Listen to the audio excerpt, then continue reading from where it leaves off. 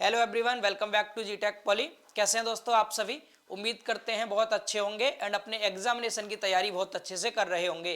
तो दोस्तों आज के इस वीडियो में हम बात करने वाले हैं हाइड्रोलिक एंड हाइड्रोलिक मशीन के एग्जाम पेपर के बारे में, जो कि आज आपका एग्जाम पेपर हुआ था। तो सबसे पहले आप लोग बताएं कैसा रहा आपका एग्जाम पेपर।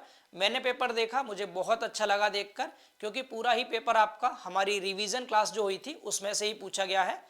तो एक बार क्वेश्चन देख लेते हैं कौन कौन से क्वेश्चन पूछे गए थे, किस क्वेश्चन का आंसर आपको किस तरह से लिखना था। तो पहला क्वेश्चन है, इसमें केवल 2 पार्ट आपको अटेम्प्ट करने थे। 3 पार्ट दिए हैं, कोई से 2 अटेम्प्ट करने हैं। जिसमें सबसे पहला क्वेश्चन है डिफाइन करना है, केवल डेफिनेशन देनी थी आपको स्पेसिफिक ग्रेविटी की, विस्कोसिटी की और कैपिलरिटी की। तो तीनों की डेफिनेशन 5 नंबर में पूछी थी। उम्मीद है सबने बहुत अच्छे से किया होगा। जिसका फॉर्मूला पॉसिबल था, अगर आपने फॉर्मूला भी साथ में लिख दिया हो तो बहुत अच्छी बात है, और डायग्राम बनाया हो तो और भी अच्छी बात है। ठीक है, बाकी केवल डेफिनेशन पूछी गई थी, ये सबने किया होगा, बहुत आसान क्वेश्चन था। दूसरा क्वेश्चन है आपका यहाँ पर, explain the difference between Newtonian and non Newtonian fluid. बच्चों मैंने कितनी बार आपसे कहा था न्यूटोनियन नॉन न्यूटोनियन फ्लूइड पूछा जाता है। तो बहुत सिंपल था, जो न्यूटन के श्यानता नियम का पालन करता है वो न्यूटोनियन होता है। श्यानता नियम क्या था? Tau directly proportional to d u upon d y. आसान था ना, शियर स्ट्रेस जो होता है वेग प्रवणता के सीधे समानुपाती होता है। तो ये 2 पार्ट सबने किए होंगे। आप चाहे तो तीसरा भी कर सकते थे, लेकिन सबने 2 ही पार्ट किए होंगे, आसान मिल गए तो तीसरा क्यों करें। बाकी तीसरे में टोटल प्रेशर, रिजल्टेंट प्रेशर और सेंटर ऑफ प्रेशर, इनकी डेफिनेशंस पूछी गई थी और एग्जाम्पल के साथ में। बट आपने ये दोनों कर लिए होंगे आसानी से। तो ये 10 नंबर का पूरा हो गया पहला, क्लियर। दूसरा क्वेश्चन आपसे पूछा था, इसमें भी 2 अटेम्प्ट करने थे, 3 पार्ट दिए थे। इसमें डेफिनेशन पूछी थी एटमॉस्फेरिक प्रेशर की, वायुमंडलीय दाब, गेज प्रेशर, एब्सोल्यूट प्रेशर, और इनके बीच में रिलेशन भी बताना था। फॉर्मूला भी आपको लिखवाया था, एब्सोल्यूट प्रेशर बराबर जो आपका एटमॉस्फेरिक प्रेशर होता है प्लस गेज प्रेशर। डायग्राम बनाया था साइड में, फिर इनके तीनों की अलग अलग डेफिनेशन, रिलेशन। मुझे लगता है सब बच्चों ने बहुत अच्छे से किया होगा, जिन्होंने भी जीटेक पॉली की क्लासेस देखी होंगी। आसान था बच्चों, हो गया होगा सबसे, बहुत बढ़िया। दूसरा देखिए, मैंने कहा था ना लेमिनार और टर्बुलेंट फ्लो जरूर पूछेगा। लेमिनार और टर्बुलेंट फ्लो पूछ लिया आपसे, दोनों को डिफाइन कर देते, दोनों के डायग्राम्स बना देते अलग अलग, ठीक है। और बाकी एग्जाम्पल्स पूछे गए थे, इसमें आप एग्जाम्पल लिख सकते थे, कौन से फ्लो आपके लेमिनार है, कौन से टर्बुलेंट है। एग्जाम्पल शायद कुछ बच्चों ने ना लिख पाए हो, लेकिन डेफिनेशन और डायग्राम सबने बना दिए होंगे, ठीक है। बाकी एक पूछा था, अगर ये ना किया हो तो और अच्छी बात है, ये कर लीजिए, क्योंकि अगर आपको लेमिनार टर्बुलेंट के एग्जांपल ना पता हो तो आप सबने तीसरा तो बहुत अच्छे से किया होगा। बर्नौली थ्योरम के स्टेटमेंट पूछा है, केवल डेफिनेशन, टोटल एनर्जी कांस्टेंट रहती है, पढ़ाया था ना। साथ में इसके एप्लीकेशन पूछे हैं। मैंने कितनी बार कहा था, 5-6 एप्लीकेशन है, सिर्फ उनके नाम लिखने थे मात्र। नाम कौन कौन से? वेंचुरीमीटर हो गया, ओरिफिस मीटर हो गया, पिटोट ट्यूब हो गया, फ्लो ट्यूब हो गया। तो ये 5 ट्यूब थी आपकी, उनके नाम दे देने थे बस, और इसकी डायग्राम बना देते चाहते तो। डायग्राम नहीं बना पाए हो तो इसका स्टेटमेंट लिख करके फॉर्मूला जरूर लिख देते। बाकी सबने किया होगा, मैंने बहुत अच्छे से कराया था तैयार। इसके तो तीनों ही पार्ट आपको आ रहे होंगे, बट मैं अपने ओपिनियन से बताऊं तो बच्चों ने पहले के तो पहले 2 पार्ट किए होंगे, दूसरे का पहला और तीसरा पार्ट किया होगा, जहां तक मुझे लगता है, क्योंकि ये आपके नंबर अच्छे दे देते 5 नंबर में। इसमें था 5 नंबर में लिखने लायक आपके पास, ठीक है। इसमें शायद आप केवल डेफिनेशन ही लिख पाते, लेकिन इसमें पूरा लिख सकते थे, 5 नंबर के लायक इसमें भी लिख सकते थे। तो आपने यही किया होगा, बहुत अच्छे। तो 20 नंबर का पूरा कवर हो गया। इसके बाद आगे देखिए, तीसरा क्वेश्चन था, केवल 1 पार्ट अटेम्प्ट करना था। अब आगे 10-10 नंबर के क्वेश्चन है, 1 पार्ट अटेम्प्ट करना था, 2 पार्ट दिए थे।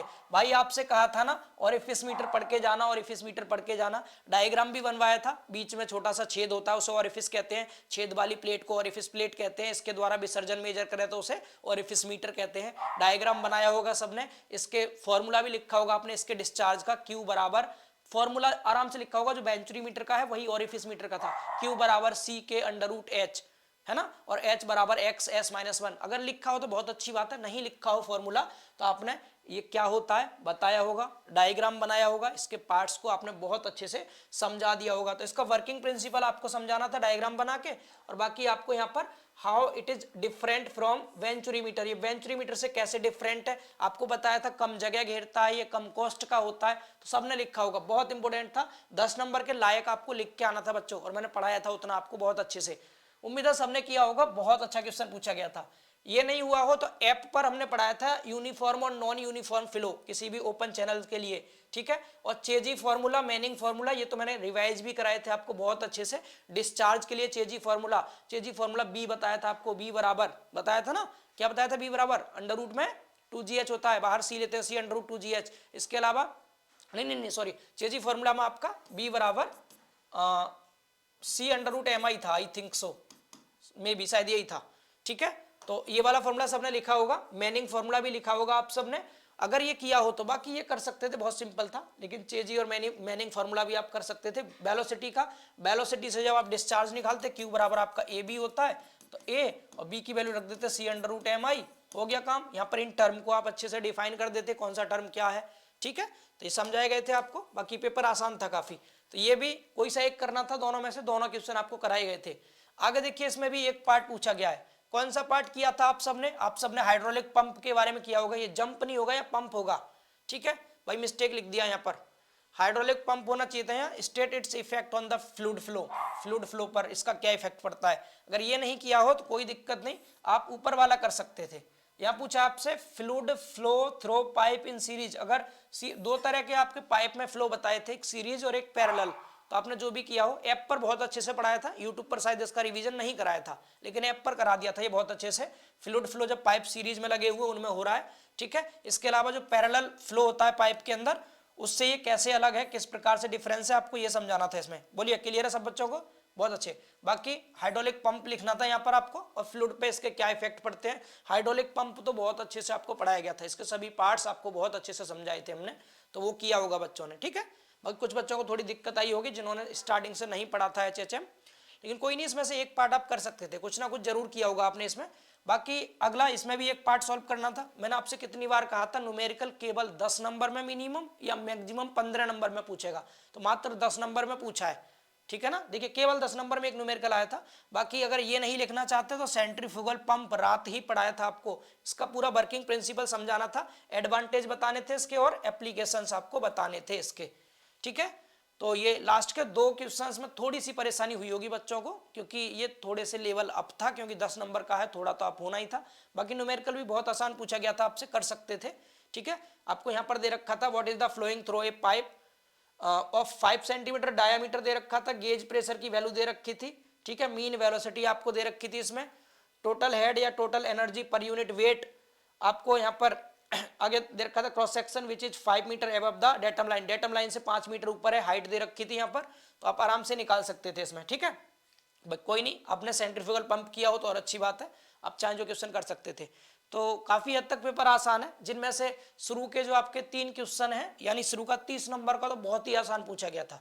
ठीक है, तो आप लोग कमेंट करके एक बार जरूर बताएंगे आपका पेपर कैसा रहा। बाकी मैं लगभग 2 बजे आपको एक इंपोर्टेंट वीडियो ला रहा हूँ, बहुत छोटी सी, बहुत बड़ी नहीं रहेगी। उसमें सोम के अंदर जो इंपोर्टेंट टॉपिक्स हैं उनके नाम बताएंगे आपको, कौन कौन से टॉपिक्स मोस्ट इंपोर्टेंट है। सबसे पहले आप उनको रिवाइज करना, बाकी चीजें बाद में रिवाइज करेंगे। बाकी मैंने 5-5 घंटे के 2 रिवीजन लेक्चर्स आपको दिए थे, जिनमें 6 चैप्टर कवर हो गए थे, सिविल के भी मैकेनिकल के भी। तो एक बार डबल स्पीड में उन 6 चैप्टर्स को दोबारा से पूरी तरह तैयार कर लीजिए, केवल मोस्ट इंपोर्टेंट पार्ट था वहां पर।